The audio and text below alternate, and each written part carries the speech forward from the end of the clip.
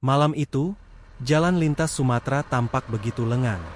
Hanya cahaya lampu truk besar yang menembus pekatnya kabut tipis, disertai suara mesin diesel yang meraung pelan. Samsul, seorang sopir truk berusia 42 tahun, sudah terbiasa dengan rute panjang seperti ini. Mengangkut muatan bahan bangunan dari Palembang menuju Lampung. Samsul bukan sopir baru. Ia sudah 15 tahun bekerja sebagai pengemudi truk. Tidur di kabin, makan seadanya di warung pinggir jalan, dan terbiasa menghadapi jalanan sepi di tengah malam. Namun, malam itu, ada sesuatu yang berbeda. Sebelum lanjut ke ceritanya, jangan lupa like, komen, dan subscribe. Terima kasih. Sekitar pukul 1.30 dini hari, Samsul melewati jalur hutan yang terkenal angker. Jalannya berliku, tanpa lampu jalan, kanan-kiri hanyalah pepohonan lebat. Biasanya, jalur itu ramai dengan sesama truk pengangkut barang. Tapi malam ini, ia merasa seolah-olah hanya dirinya yang melintas. Ia mencoba menyalakan radio tua di dashboard. Namun, alih-alih suara musik dangdut kesukaannya, yang keluar hanyalah suara kresek-kresek, seperti siaran terputus. Tiba-tiba terdengar suara lirih dari radio itu. "Berhenti, jangan teruskan." Samsul langsung mematikan radio. Ia mencoba menenangkan diri. "Ah, mungkin gelombangnya nyangkut sama radio amatir," gumamnya. Tapi entah kenapa, kalimat itu begitu menusuk. Seakan-akan, memaksa terus memikirkan kalimat itu. Di sebuah tikungan tajam, Samsul melihat sosok perempuan berdiri di pinggir jalan. Ia mengenakan kebaya putih lusuh, wajahnya pucat, rambut panjang terurai. Perempuan itu melambaikan tangan, seolah meminta tumpangan. Samsul yang hatinya lumayan baik, awalnya ragu.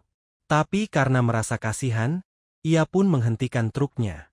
"Naik, Bu." "Mau kemana?" tanya Samsul sambil membuka pintu kabin. Perempuan itu naik tanpa sepatah kata pun. Duduk diam di kursi penumpang, menunduk, sambil memeluk tas kecil berwarna hitam, bau anyir samar-samar tercium di kabin. Samsul mencoba mengajak bicara, tapi tidak ada jawaban. Hanya sesekali perempuan itu menghela napas panjang. Beberapa kilometer kemudian, Samsul mulai merasa ada yang tidak beres. Ia melirik ke arah perempuan itu. Dan kursi penumpang kosong. Samsul langsung menginjak rem mendadak. Jantungnya berdegup kencang, ia menoleh lagi ke kiri, kosong.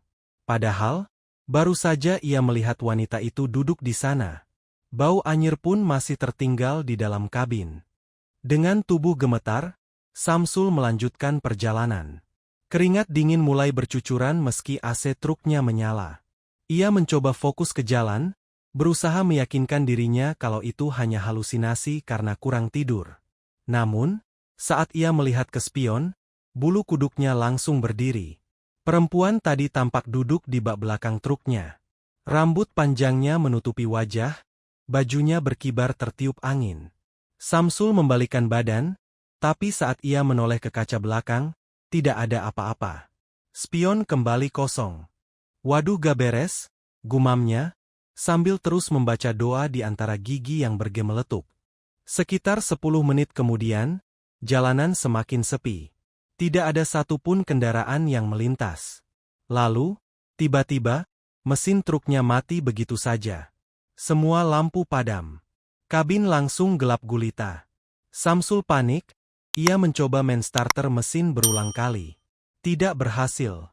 Ia menyalakan senter kecil, lalu keluar dari kabin untuk memeriksa mesin. Di luar, udara terasa dingin menusuk. Suara jangkrik dan hewan malam mendadak hening. Seakan semuanya ikut terdiam. Saat ia mengecek mesin, pandangannya langsung tertuju pada sesuatu yang tidak seharusnya ada di sana. Di atas mesin truk yang panas, terdapat bunga melati segar yang masih basah oleh embun. Samsul mundur beberapa langkah. Tangannya gemetar, ia mencoba menoleh ke sekeliling.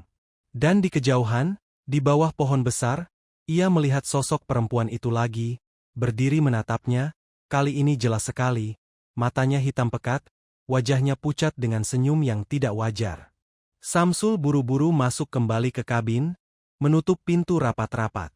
Ia mencoba menyalakan mesin lagi, dan entah bagaimana, kali ini mesin langsung menyala. Ia tancap gas tanpa menoleh ke belakang. Suara mesin meraung kencang menembus sunyi malam. Tapi semakin cepat ia melaju, semakin jelas pula terdengar suara ketukan dari atas kabin truk. Tok tok tok. Ketukan itu semakin keras, seperti seseorang berjalan di atas atap truknya. Samsul sudah hampir gila ketakutan. Matanya fokus ke jalan, tangannya gemetar di setir, sementara ketukan itu terus mengikuti irama lajunya. Setelah beberapa kilometer, akhirnya ia melihat sebuah warung kopi kecil di tepi jalan yang masih buka. Ia langsung menepikan truknya, melompat turun, dan berlari ke dalam warung. Nafasnya terengah-engah, wajahnya pucat pasi. Pemilik warung, seorang bapak tua, terkejut melihat Samsul. "Kenapa, Bang? Kok pucat gitu?" Dengan terbata-bata, Samsul menceritakan apa yang baru saja dialaminya. Mendengar itu, bapak tua itu hanya terdiam, lalu menghela napas berat. "Bang, jalur yang barusan abang lewatin itu memang angker. Dulu, ada kecelakaan truk di tikungan sana. Sopirnya selamat, tapi penumpangnya, seorang perempuan muda yang hamil, meninggal terjepit. Katanya, arwahnya masih suka nyari tumpangan sampai sekarang." Samsul terdiam, tubuhnya lemas, ingatan tentang bau anyir, bayangan di spion, bunga melati di atas mesin, semuanya seolah masuk akal. Sejak malam itu, Samsul tidak pernah lagi mengambil rute tersebut sendirian.